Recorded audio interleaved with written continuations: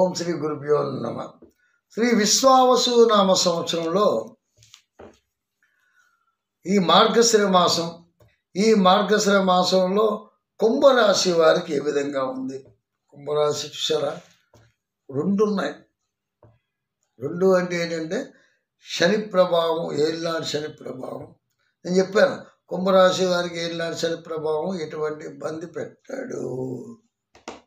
కానీ రాహు ఉన్నాడు, రాహు బలవంతుడు, ఛాయాగ్రహం, శని కంటే పవర్.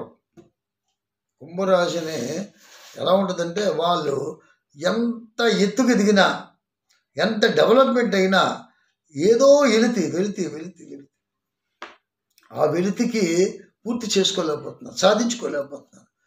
చిన్న విషయం అండి, సాధించుకోలేకపోతుంది. దగ్గరికి వచ్చి దయ జారిపోతుంది. అంత బాధపడుతున్నారండి. ఒక మనిషికి ఉద్యోగంలోనే ఇంటర్వ్యూ అయిపోయింది, అన్నీ అయిపోయి దగ్గరికి వచ్చింది, మెరిట్ లిస్టులోకి వచ్చాడు, అయిపోతుంది అనే టైంలో ఆయనకి మొత్తం అవన్నీ ఆగిపోయి, ఉద్యోగాలు మొత్తం ఆగిపోయి ఎంత బాధపడతారండి. ఇంకా రేపు మాపు జాయినింగ్ ఆర్డర్ తీసుకుని జాయిన్ అయిపోతారు. అలాంటిది మరి ఏం జరిగిందో తెలియదు, ప్రభుత్వం మొత్తం అంతా దాన్ని పక్కన పడేసింది, ఆపేసింది. నేటిగా ఒక సంవత్సరం 2 సంవత్సరాలు అవుతుంది.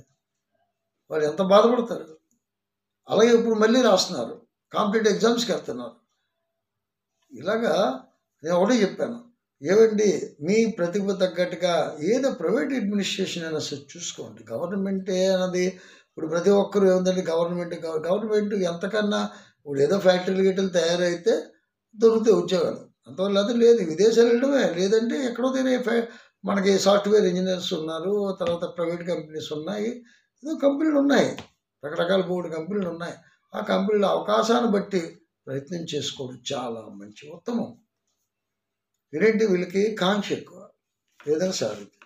అయితే రాహు బలవంతుడి వల్ల కొన్ని ఇబ్బందులు ఎదురవుతున్నాయి. అయినప్పటికీ కూడా కుంభరాశికి నేను చెప్తాను, పూర్ణత్వం గల రాశి. ఈ మార్గశిర మాసంలో మీకు శుక్రుడు యోగదాయకంగా ఉన్నాడు కాబట్టి ఏదైనా మార్గాన్ని సూచిస్తాడు.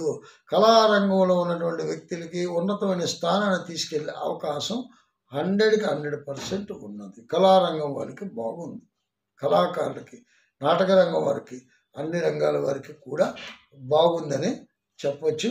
మళ్ళీ కుంభరాశి గురించి ఇంకా చెప్పాలంటే, అవివాహితులకి వివాహం విషయంలో కొన్ని ఒడిదుడుకులు ఏర్పడ్డాయి. వాటిలోని కొన్ని రకాలుగా అంటే తర్జన పడుతున్నారు. అవన్నీ కూడా ఈ మార్గశిర మాసంలో సెటిల్ అయ్యే అవకాశాలు ఎక్కువ శాతం కనబడుతున్నాయి. ప్రేమ వ్యవహారాలు కూడా ఫలించలేదండి, పెద్దలు అంగీకరించలేదు, గొడవల్లో ఉన్నాము, చాలా ఇబ్బందుల్లో ఉన్నటువంటి వ్యక్తులు కూడా లేకపోలేదు. ఎందుకు కుంభరాశిలో ఉన్నటువంటి ప్రేమికులు ఎక్కువ ఉన్నారు. ఆ ప్రేమను ఫలించలేనటువంటి వాళ్ళు కూడా చాలామంది ఉన్నారు. ఈ మార్గశిర మాసంలో ఏదో రకమైనటువంటి మార్గాన్ని మీకు కలుగుతుందనేసి నేను విశ్వసిస్తున్నాను.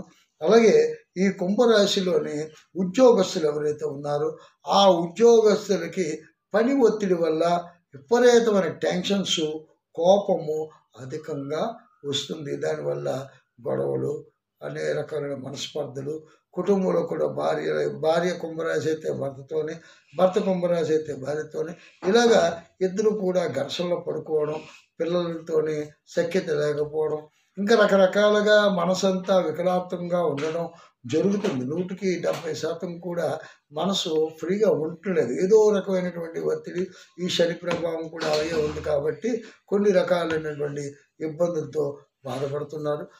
శనివారం పూట అంటే శనివారం పూట ఆ వెంకటేశ్వర స్వామిని మనస్ఫూర్తిగా ఆరాధించండి, దైవ ఆరాధన చేయండి. ఆ ఆలయంకి వెళ్ళి ఆ స్వామిని మనం ప్రార్థన చేసుకున్నట్టుగైతే నిమ్మకాయ డబ్బుతో నువ్వుల నూనె దీపం వెలిగించుకున్న ఆ తాలూకా దోష నివారణ జరుగుతుంది.